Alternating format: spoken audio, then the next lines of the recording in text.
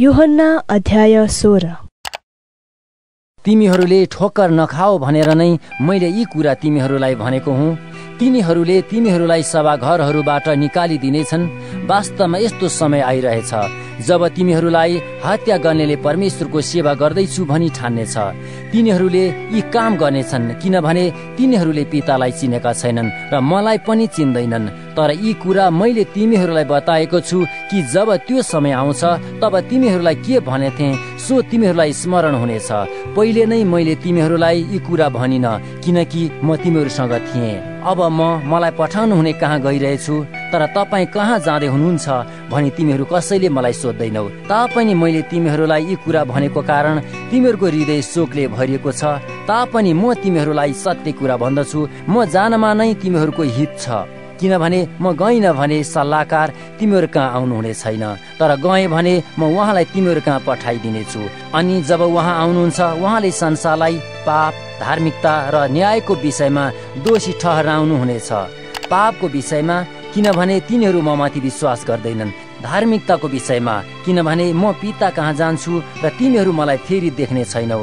र न्यायको विषयमा किनभने यस संसारको शासकलाई दण्डाज्ञा भइसकेको छ। मैले तिमीहरूलाई भन्ने कुरा अझ धेरै छन्, तर अहिले तिमीहरू ती कुरा सहन सक्दैनौ। जब उहाँ अर्थात् सत्यका आत्मा आउनुहुनेछ तब उहाँले तिमीहरूलाई सबै सत्यतामा डोर्याउनु हुनेछ। उहाँ आफ्नो तर्फबाट बोल्नुहुने छैन, उहाँले जे सुन्नुहुन्छ त्यही बोल्नुहुनेछ र हुन आउने कुराहरू तिमीहरूलाई घोषणा गरिदिनुहुनेछ। उहाँले मेरो महिमा गर्नुहुनेछ किनभने जे मेरो हो त्यो मबाट लिएर तिमीहरूलाई सो घोषणा गरिदिनुहुनेछ। जे जति पितासँग छन् ती मेरा हुन्, यसै कारण मैले भने जे मेरो हो त्यो मबाट लिएर आत्माले तिमीहरूलाई घोषणा गरिदिनुहुनेछ। अलि बेरपछि तिमीहरूले मलाई फेरि देख्ने छैनौ अनि अलि बेरपछि मलाई फेरि देख्नेछौ। तब उहाँका कुनै कुनै चेलाहरूले एक अर्कालाई भने, उहाँले हामीहरूलाई यो भन्नुभएको के हो? अलि बेरपछि तिमीहरू मलाई देख्ने छैनौ अनि फेरि अलि बेरपछि तिमीहरू मलाई देख्नेछौ, र किनकि म पिता कहाँ गइरहेछु। तिनीहरूले भने, उहाँले अलि बेर भन्नुभएको के हो? हामी जान्दैनौँ उहाँ के भन्दै हुनुहुन्छ। तिनीहरूले उहाँलाई सोध्ने इच्छा गर्दैछन् भन्ने येशूलाई थाहा भयो र उहाँले भन्नुभयो, अलि बेरपछि तिमीहरू मलाई देख्ने छैनौ अनि अलि बेरपछि मलाई देख्नेछौ भन्ने कुराको अर्थ के हो भन्ने विषयमा के तिमीहरू आपसमा बहस गरिरहेछौ? साँच्चै म तिमीहरूलाई भन्दछु, तिमीहरू रुनेछौ र विलाप गर्नेछौ तर संसार रमाउनेछ। तिमीहरू शोकित हुनेछौ तर तिमीहरूको शोक आनन्दमा परिणत हुनेछ।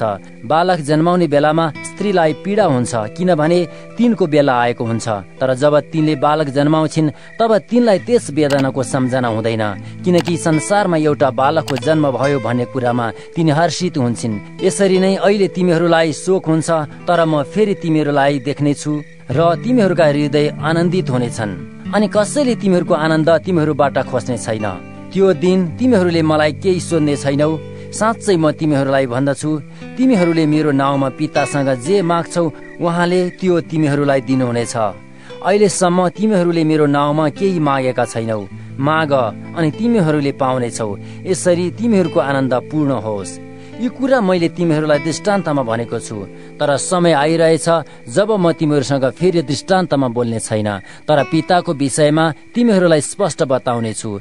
त्यो दिन तिमीहरूले मेरो नाउँमा माग्नेछौ, म तिमीहरूका निम्ति पितासँग बिन्ती गरिदिनेछु भनी तिमीहरूलाई भन्दिन, किनभने पिता आफैले तिमीहरूलाई माया गर्नुहुन्छ किनकि तिमीहरूले मलाई माया गरेका छौ र म परमेश्वरको तर्फबाट आएँ भनी विश्वास गरेका छौ। म पिताबाट आएँ अनि संसारमा आएको छु र फेरि म संसारलाई छोडेर पिता कहाँ जाँदैछु। उहाँका चेलाहरूले भने, अब तपाईँ स्पष्ट बोल्दै हुनुहुन्छ, दृष्टान्तमा होइन। अब हामीहरूले बुझ्यौँ तपाईँ सबै कुरा जान्नुहुन्छ अनि तपाईँलाई कसैले सोध्ने आवश्यकता छैन। यसैले हामी विश्वास गर्छौँ कि तपाईँ परमेश्वरबाट आउनु भएको हो। येशूले तिनीहरूलाई जवाब दिनुभयो, के तिमीहरू अब विश्वास गर्दछौ? हेर, समय आइरहेछ, वास्तवमा आइसकेको छ जब तिमीहरू छरपष्ट भई आफ्नै ठाउँमा जानेछौ र मलाई एक्लै छोड्नेछौ।